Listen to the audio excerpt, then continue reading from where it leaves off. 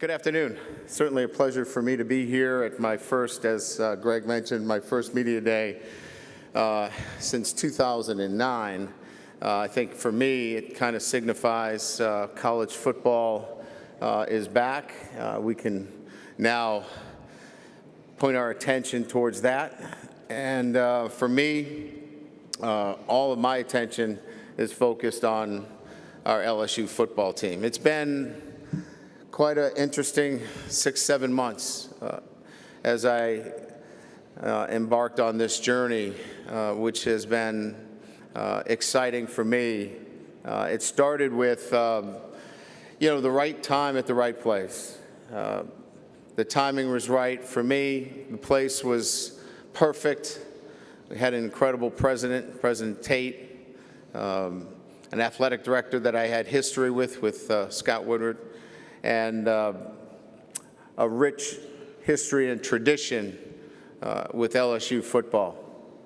And so for me, it was then taking on that great opportunity in front of me to be part of restoring championship quality football to LSU. Also, the chance to be part of this incredible conference, the SEC. The challenges that come with that. Playing the great schools. I've never been in many of the venues. I'll get an opportunity to play at Auburn this year. I'll get a chance to play at Kyle Field, in the Swamp.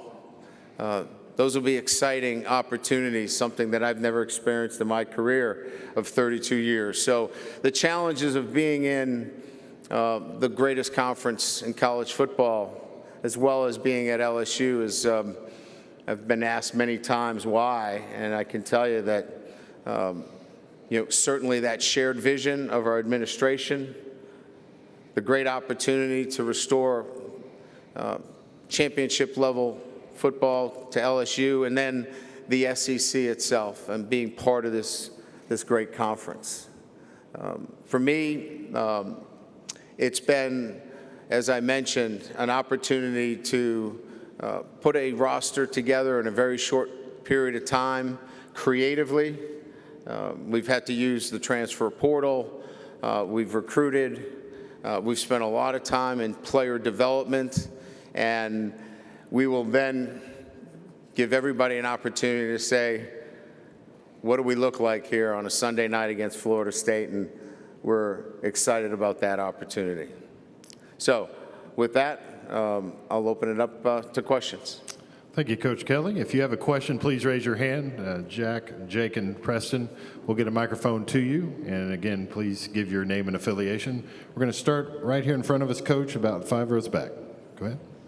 Hey, Coach. Colin Wilson with the Action Network. So when you took over... Oh, there you are. Thank you. When you took over Notre Dame in 2010, you had a new quarterback with Jimmy Clausen, new offensive line, and Notre Dame had some struggles out of the gate in September. Is there anything we can learn from that experience for LSU to be undefeated with Mississippi State, Florida State right out of the gate? Well, now that you put it that way, I hope not.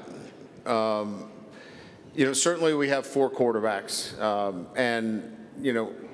the spring really was for us to lay down our offense. We weren't really going to gear it towards any particular skill set. So I think I feel much better about the depth in the quarterback situation.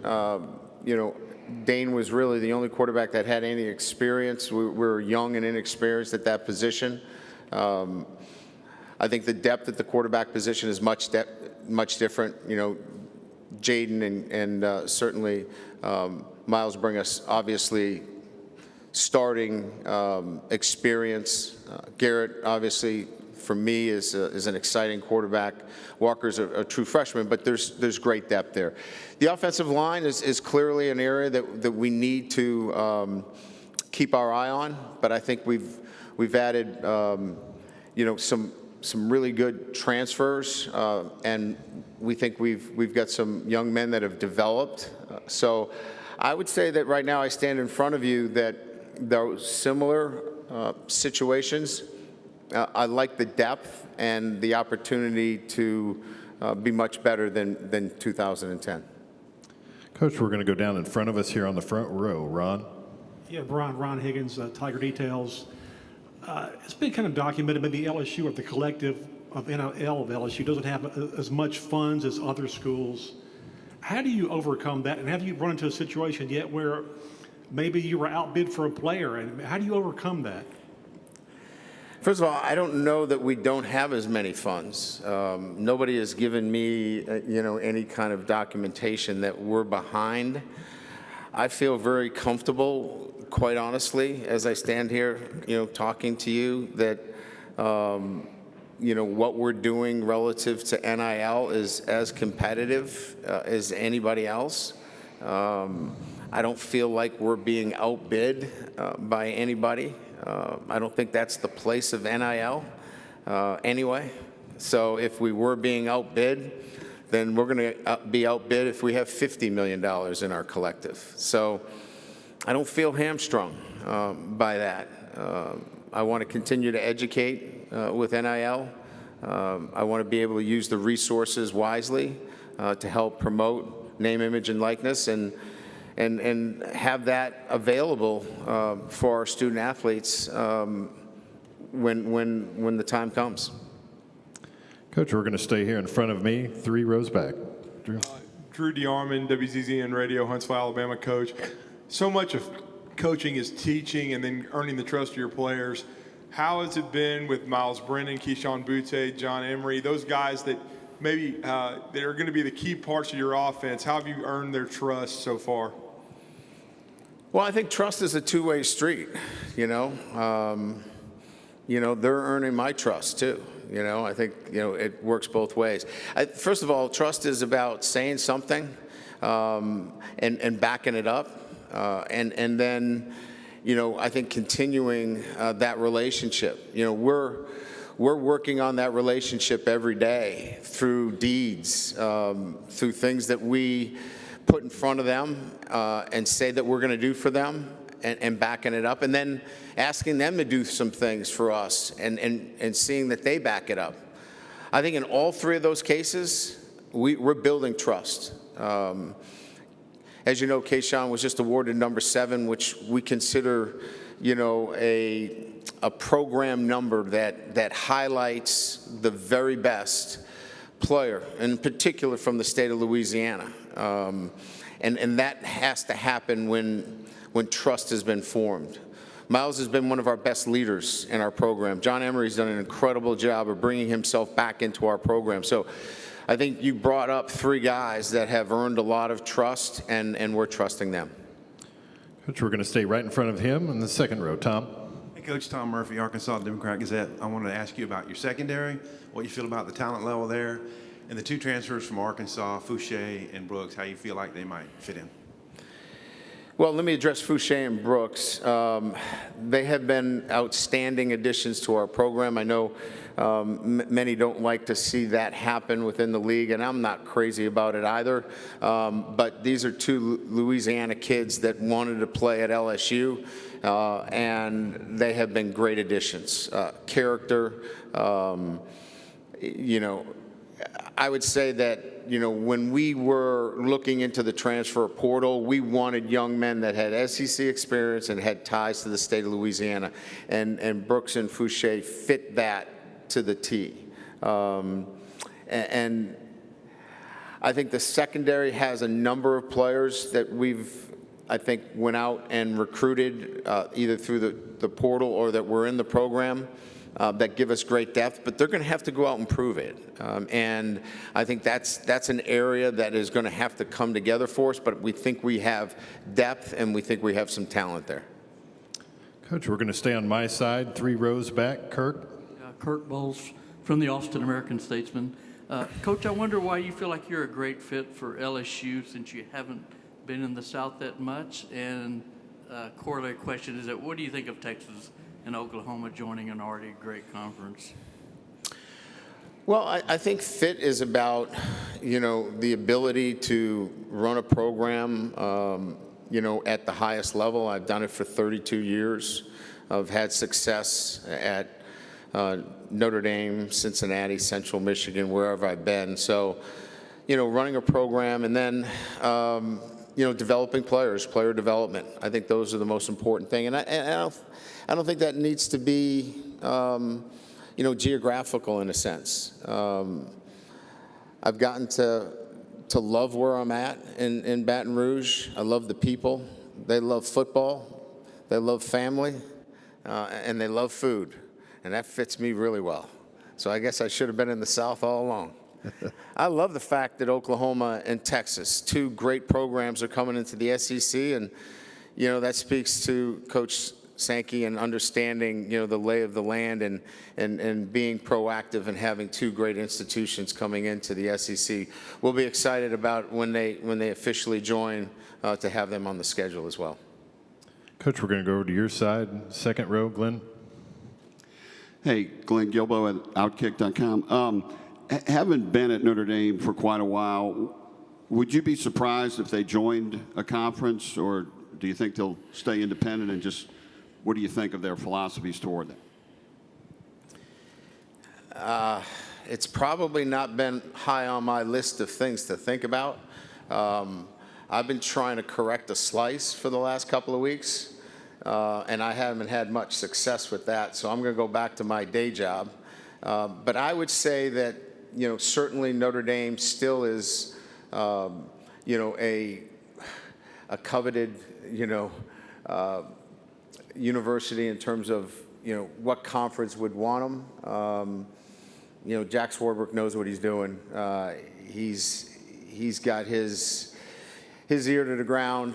They're going to land into a good position no matter what they do, whether they stay independent or whether they go into the, one of the other conferences. Notre Dame can carry itself pretty good.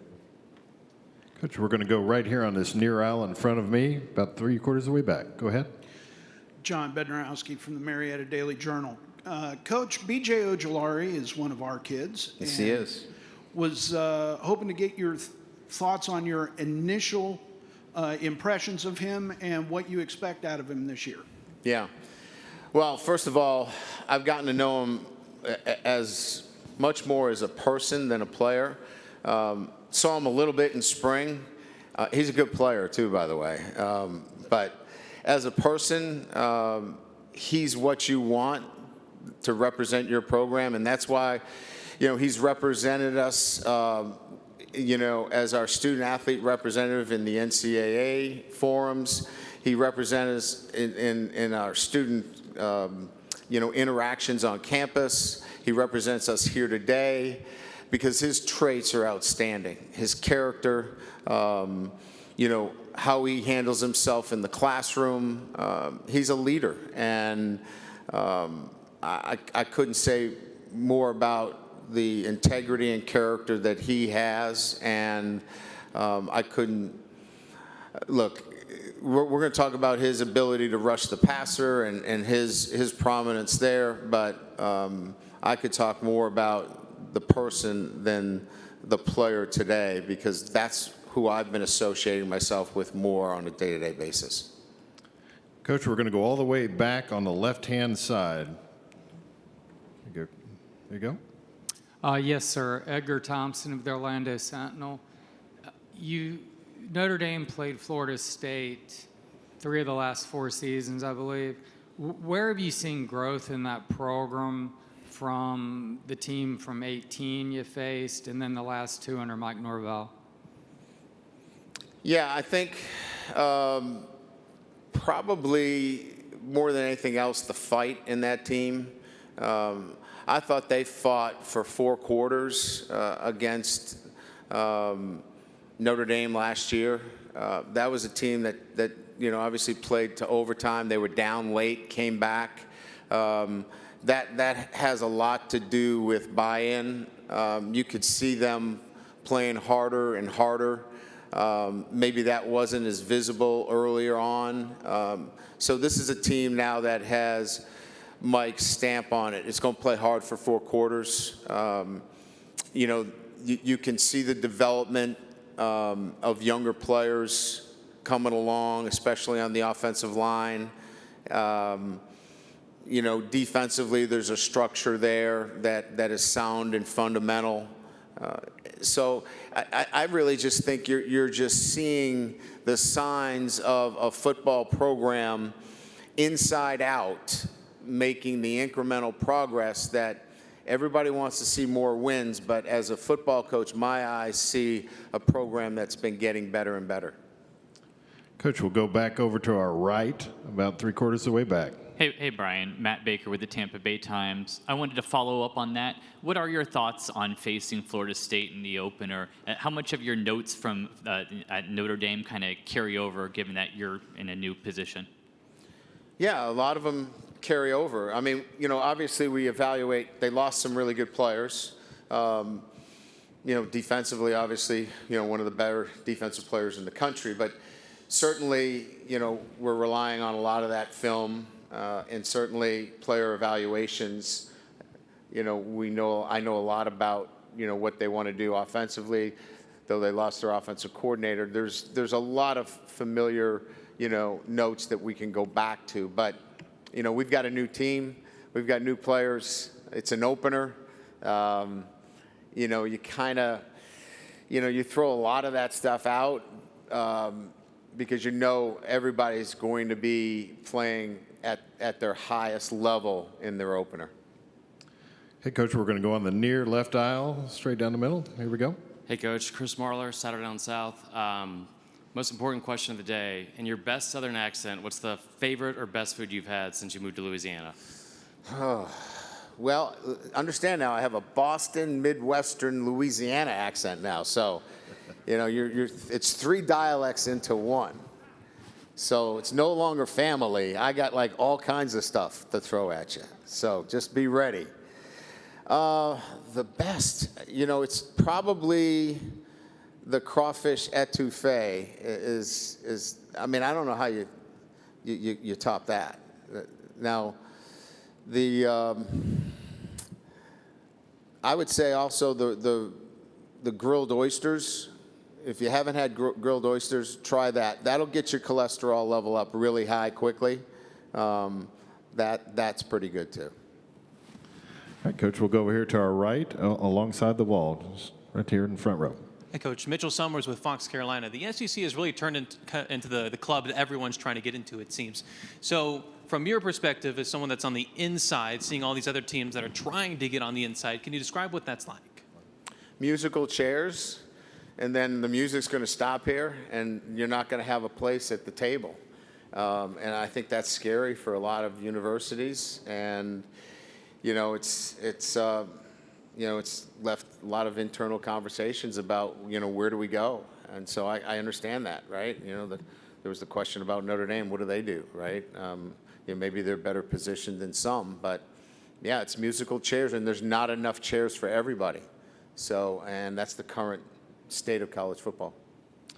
Coach, we'll go in this middle section about 3/4 away in front of me, right there. Hey, Brian. Jacob Goins from ESPN 106.7 in Auburn. Looking at the schedule down the stretch, a lot of tough road games in the SEC, at Auburn, at Florida, Arkansas. How does that, you know, what's your mindset going into those road games in the SEC this season and in future seasons, coming from Notre Dame now to the SEC? Yeah, I think it's a great question. I think it's how you train your team. I mean, look, you have to be ready for a battle through December, right? You know, conference championship is in December. So if you're training your team just to get to the first week, you're never going to make it to December. So I think you have to have the end in mind first. And the end in mind first is December, and planning for those kinds of games in October and in November. And so I think you have to be very intentional about how you train your team, how you practice. All of those things matter because you're going to be playing big games in October and November. And look, you want them to be big games too. So let's be clear, right? What you do in September matters because, you know, October is important, or you don't matter in November. So I think answering the question in the fashion of training your team the right way and getting them there is absolutely crucial. Coach, we'll go over here in our right, middle section. Coach Michael Giddens with the War Report, Auburn. How do you assess the physical readiness of this team to do what you're planning to implement this season? Are they physically ready from a strength and conditioning standpoint? And then as far as your quarterback situation, what are you guys looking at there? Miles Brennan, is looks ready to go. You got Jaden Daniels. How's the quarterback situation looking this spring? Yeah, I think our numbers look pretty good. Our GPS numbers show a fitness that will have us prepared for Florida State. We trained outside all summer. We have 2 more days this week, and then we're off. We finish up our summer program with 2 more days of training this week, today counting. So, yeah, we're healthy. I think our kids would tell you they feel as good as they've ever felt. Our numbers look really good across the board. And then as it relates to the quarterbacks, it's kind of similar to what I said to you, to a number that have asked about the quarterback situation, is that we're really going to have to set the offensive structure in its installation to the skill set of the particular players. Because number one, they got to take care of the football. Number two, they got to get the ball to playmakers. I've got playmakers on offense that are already in place. So they've got to get the ball to the playmakers. And number three, they've got to make plays, that quarterback. So the ultimate decision-making on who that quarterback is, he'll have to hit those 3 notes. And I think all of those guys can do that. We'll have to put them in that position so we can evaluate that. Okay, Coach, we're going to go back over here on the left-hand side alongside the wall. How you doing, Coach? Scotty from Off Script. I spoke with former alum Ryan Clark, and he's very adamant about the talent on the state of Louisiana. With your national recruiting, how do you balance locking down the state of Louisiana with the great players and balancing with other states that you've recruited out of Notre Dame? Yeah, I mean, I think first and foremost, making sure that you evaluate the entire state of Louisiana. And I think that means, make sure you extend yourself. It's not just New Orleans and the greater Baton Rouge area. You got to get up north.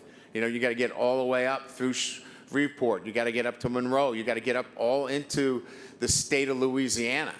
Now, that doesn't mean you just take a kid from Louisiana because he's from Louisiana. If he's not rated as high, then can you go out of state? Sure. But you better know the players in the state of Louisiana. And that means the entire state. And I think that's maybe where, if I've gotten any feedback, that maybe we needed to extend our recruiting efforts a little bit further north. And I think we've done that. Coach, we're going to go right in front of me, about 3/4 of the way back, right here in the teal shirt. Brian, over here, josephgoodmanale.com. How much did the lopsided losses to Alabama play into the fact that you wanted to leave Notre Dame for LSU? That wasn't part of my decision making. Those were really good teams. They both won the national championship. I thought we played Alabama better than anybody in that last playoff. Their talent, was unbelievable on the offensive side of the ball that year. So that wasn't like, well, I'm taking the LSU job. Alabama was so much better than us. That was not part of the process for me. It was timing. It was this place at LSU and the administration and the opportunity to bring this program back. It really had nothing to do with the Alabama game. Coach, we'll take one final question here to our left, second row. Bob? Right there. Hey, Brian, Bob Holt, Arkansas Democrat Gazette. I think I read this right, that Brad Davis is the only assistant you retained. That's correct. I wonder why you did that and what went into that thought process, and just what kind of coach you think Brad is and what he'll do with the O-line. So Brad was the interim head coach, so I got a chance to see him in a different capacity, in much more of a, I would say, leadership capacity, where he got an opportunity to really touch all of the players, and I really loved his ability to reach players. And I felt like if he could reach all of those players, how well would he do with 15 to 18 players? Also, he worked for Sam, and I consider Sam Pittman one of the best if not the best offensive line coach in college football. And so he's been tutored under the best, played the position from Baton Rouge, just all those things together. And then my time with him and his want and desire to be part of LSU made it an easy decision for me.